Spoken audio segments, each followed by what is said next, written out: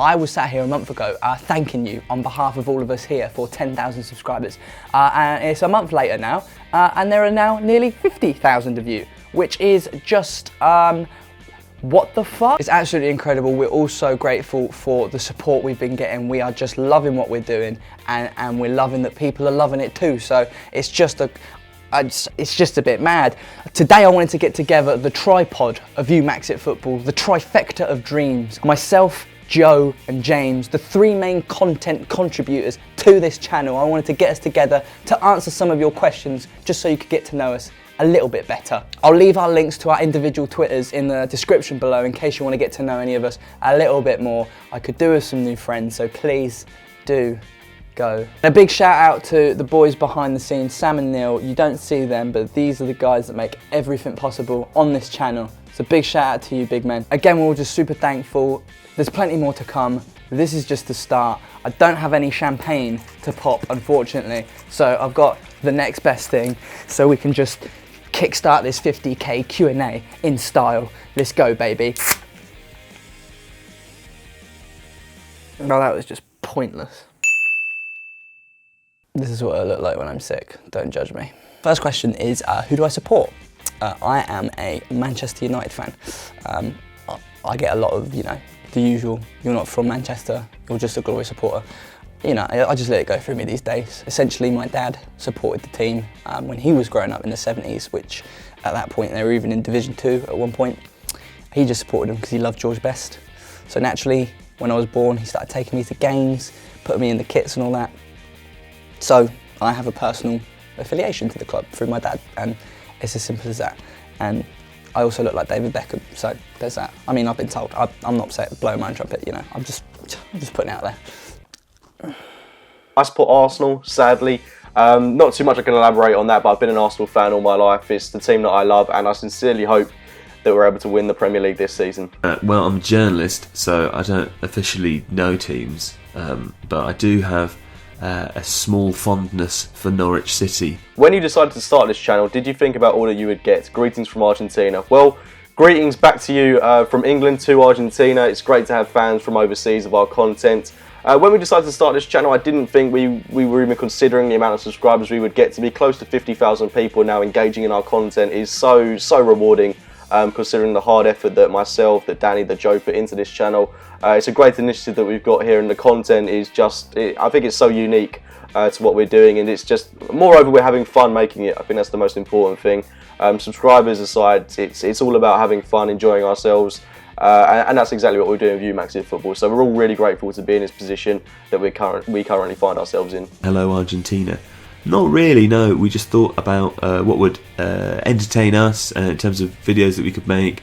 And I think something I didn't expect to get, which I've really enjoyed, is during all the research for a lot of the videos, I'm learning a lot of stuff as well that I didn't know before, so that's quite nice. So we've just entered 2017. We're just south, I think, of 50,000 subscribers at the moment of me making this video. And for 2017, I'm not going to say I really want to hit X amount of subscribers, but if we could, just make the best content that we possibly can do, then I think we'll be rewarded. I'd love to see us hit 100,000 subscribers, but I know it's a long shot. But if we keep making engaging, exciting, and lucrative content, then I think we can be in a position where we're getting people to watch our stuff. And it's not just about getting people to watch the stuff; it's about getting people to engage with it, and that's what we've got with uMAXit Football. People commenting, people subscribing, wanting to watch more videos, and it's just incredibly interactive, which I think is really important to have with a channel. Even when it gets to 50,000, to 100,000, to 1 million subscribers, it's important to be interactive with your audience. There is so much content out there that is nigh on impossible to get noticed, and I wholeheartedly believe in everything we're doing on this channel. It's original, it's pure, it's real, and if you do that, my cat's trying to get up here. Don't, oh Christ, youth. So yeah, if you stick to that mantra of just being original and just doing what you're doing and not worrying about anything else, the subscribers will come eventually.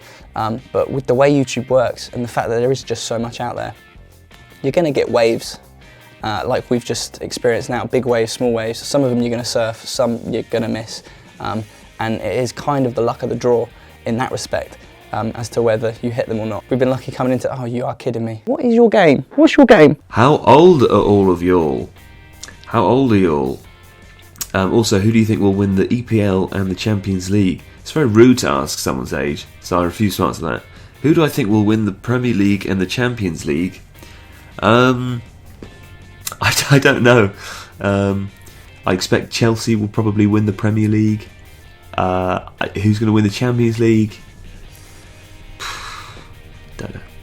Sorry. Well, I'm 20 years old, and the team that I think will win the Premier League, realistically, I think will be Chelsea. I'd love to say Arsenal, given that I'm an Arsenal fan, but Chelsea, despite their loss to Tottenham, I think they look absolutely superb this season. Conte, brilliant manager, and he seems to have assembled a brilliant squad there. Who do I think will win the Champions League? Well, obvious candidates would be Barcelona, Real Madrid, but I'm going to go for an outsider and say Juventus. I turned 24 in 4 days. Oh, Christ. Yeah, 24. I'm not 18. I'm not 16. I'm not 12. You know, I still get ID'd for party poppers, but that's irrelevant. Who do I think will win the Premier League? It's got to be Chelsea, to be honest. I don't see Arsenal or Liverpool or Tottenham putting together a run that will be good enough to catch them. Champions League, I desperately want Leicester to win it, or at least be in the final, because I'd love to go to the game. But if Sevilla beat Leicester, I genuinely think they have a great chance of winning it. They're doing incredible in La Liga. They're second above Barcelona. They've won the Europa League for the last 3 seasons going. It could well be their time. So I'm going to put my neck on the line and say Sevilla. What is your favourite league other than any in England? I've always thought the Italian league was quite romantic. I can't claim to have watched loads of it, but from afar it seems quite mystical. So I'm going to say Serie A. When I was younger, I would have definitely said Serie A. I loved watching Italian football. I loved the players that it attracted, the likes of Kaká, Ronaldo, even Ronaldinho in his later years. Fantastic league that you had out there. Now not so much, with the likes of AC Milan, Inter Milan declining. I say that with the likes of Icardi coming to Inter Milan, performing really well. Maybe those teams are back on the rise, but I think we can all agree Italian football is not what it once was, which is a real shame, because those were absolute dominant forces in Europe at one time, but now they're not so much. But the league I should say, that I think is the most attractive at the moment, I would be inclined to go for the Bundesliga. The appeal of that league is great for me. I think the way they bring through homegrown players, even the big teams like Bayern Munich, Borussia Dortmund, always bringing through young talent. Fantastic league that they've got over there, and you don't see them buying many big name players apart from Bayern Munich, who of course even buy players from their own league. Which I know doesn't help the likes of Borussia Dortmund, but it just shows that they really do like to invest in German players, and that's something I think the English league can certainly learn from. How did all of you guys meet, and do you guys have any plans for the future? How do we meet? We met on the internet, of course. That's where everyone meets. Haven't met anyone in real life for quite a long time. Do we have any plans for the future?